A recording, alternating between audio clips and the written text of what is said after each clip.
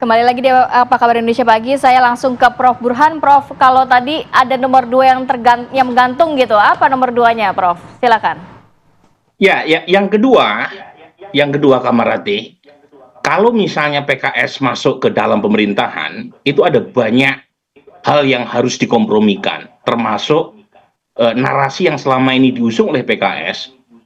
Kalau kita lihat selama kampanye, itu kan bertolak belakang ya dengan narasi yang diusung oleh Prabowo Gibran. Jadi meskipun ada banyak kesamaan latar belakang historis dan sejarah perkubuan antara Prabowo dengan PKS, tetapi 2024 itu mengabarkan narasi yang bertolak belakang. Misalnya soal IKN, itu jelas berbeda arah antara kebijakan PKS dengan Pak Prabowo yang mengeluarkan narasi keberlanjutan. Termasuk program-program Pak Prabowo yang selama ini mendapat kritik keras dari PKS.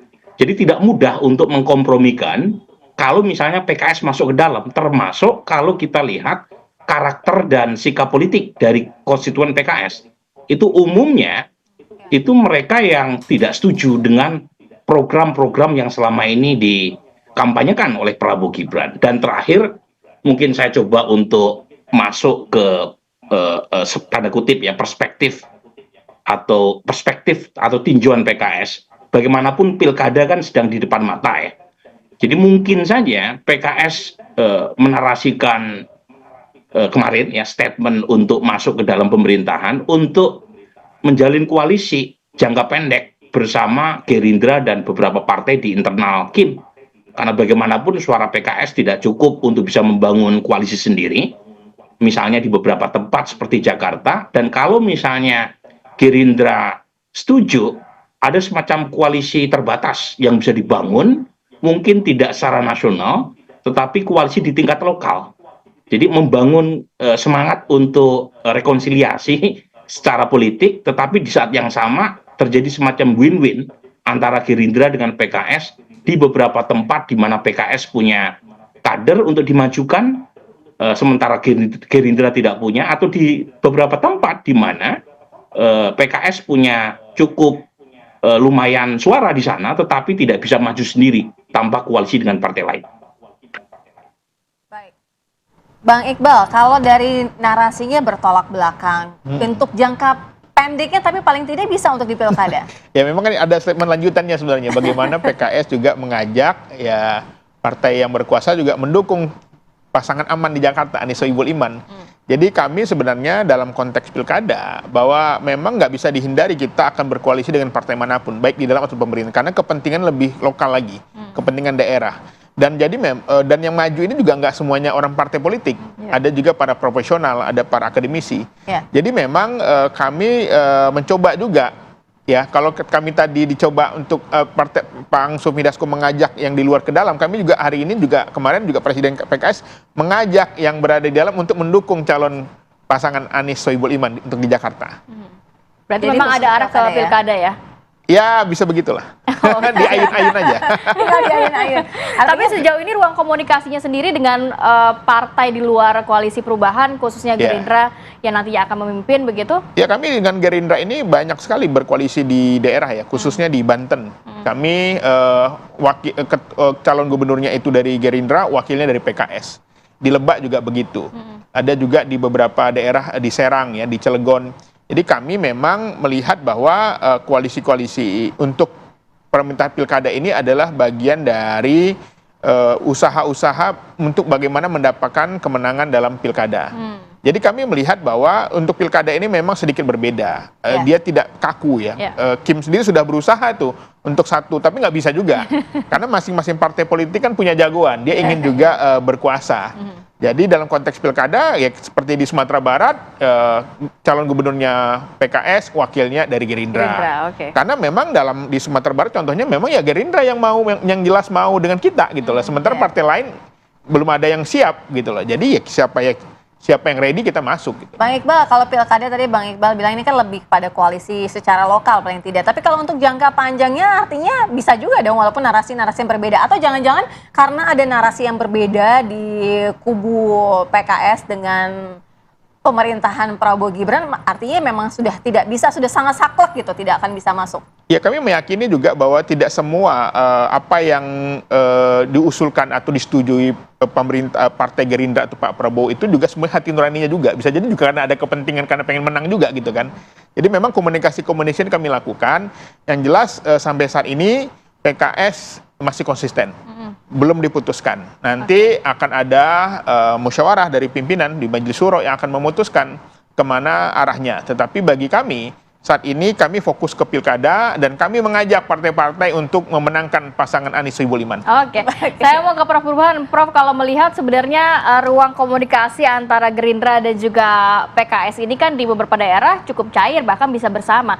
Tapi kalau melihat gestur politik kemarin yang disampaikan Bang Sufmi Dasko begitu, tadi kan dikatakan kalau dari sisi Presiden PKS ini kan guyonan yang kayaknya dari dalam hati ya. Cuma kalau penjelasan atau statement yang disampaikan mengajak PKB, mengajak Nasdem, tapi tidak mengajak PKS. Sedangkan di beberapa histori sebelumnya, kita bisa melihat bahwa undangan-undangan yang diberikan kepada Prabowo Subianto itu dihadiri di Nasdem, di PKB, tapi tidak dengan PKS. Apakah ini suatu statement bahwa memang Prabowo tidak akan mengajak PKS di dalam pemerintahannya nanti?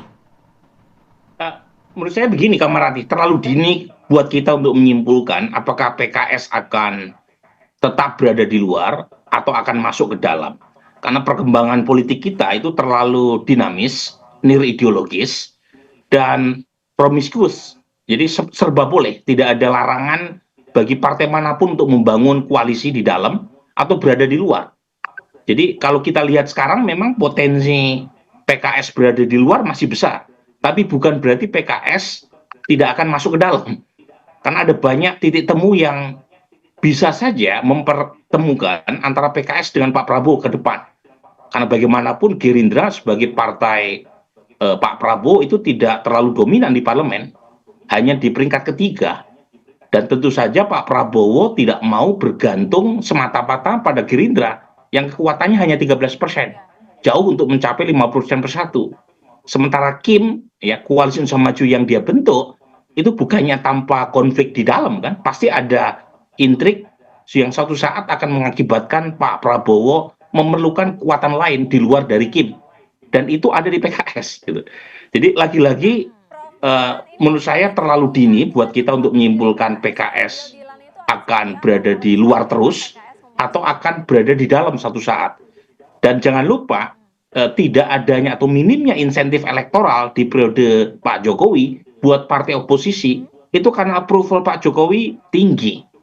Tetapi kalau kita mengacu pada pengalaman PD Perjuangan menjadi oposisi di masa PSBY, jelang PSBY berakhir masa jabatannya, PD Perjuangan unggul. Kenapa? Karena approval Pak SBY saat itu menjelang 2014 turun cukup jauh.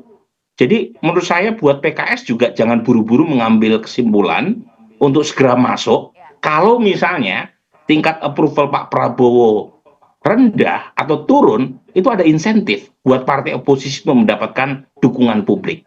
Jadi lagi-lagi insentif ini tidak harga mati, ya, sangat tergantung oleh bagaimana kinerja pemerintahan mendatang, mampu atau tidak memikat hati publik, dan kalau misalnya mampu, artinya cukup konsisten, approvalnya tinggi, memang sulit buat partai yang ada di luar kekuasaan untuk mendapatkan dukungan elektoral. Jadi pada titik ini PKS saya kira akan wait and see ya Kak Marti ya.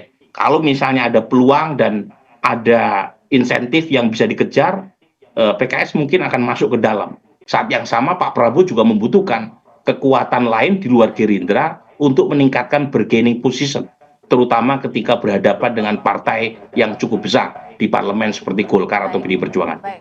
Bang Iqbal, secara singkat saja, jika ada insentif yang kira-kira memadai, gitu, artinya PKS bisa bergabung? Ya, saya kira memang kami masih mengkaji ya. Kami sudah membentuk tim, ya sedang membuat kajian, ya termasuk dengan diskusi-diskusi, masukan para tokoh.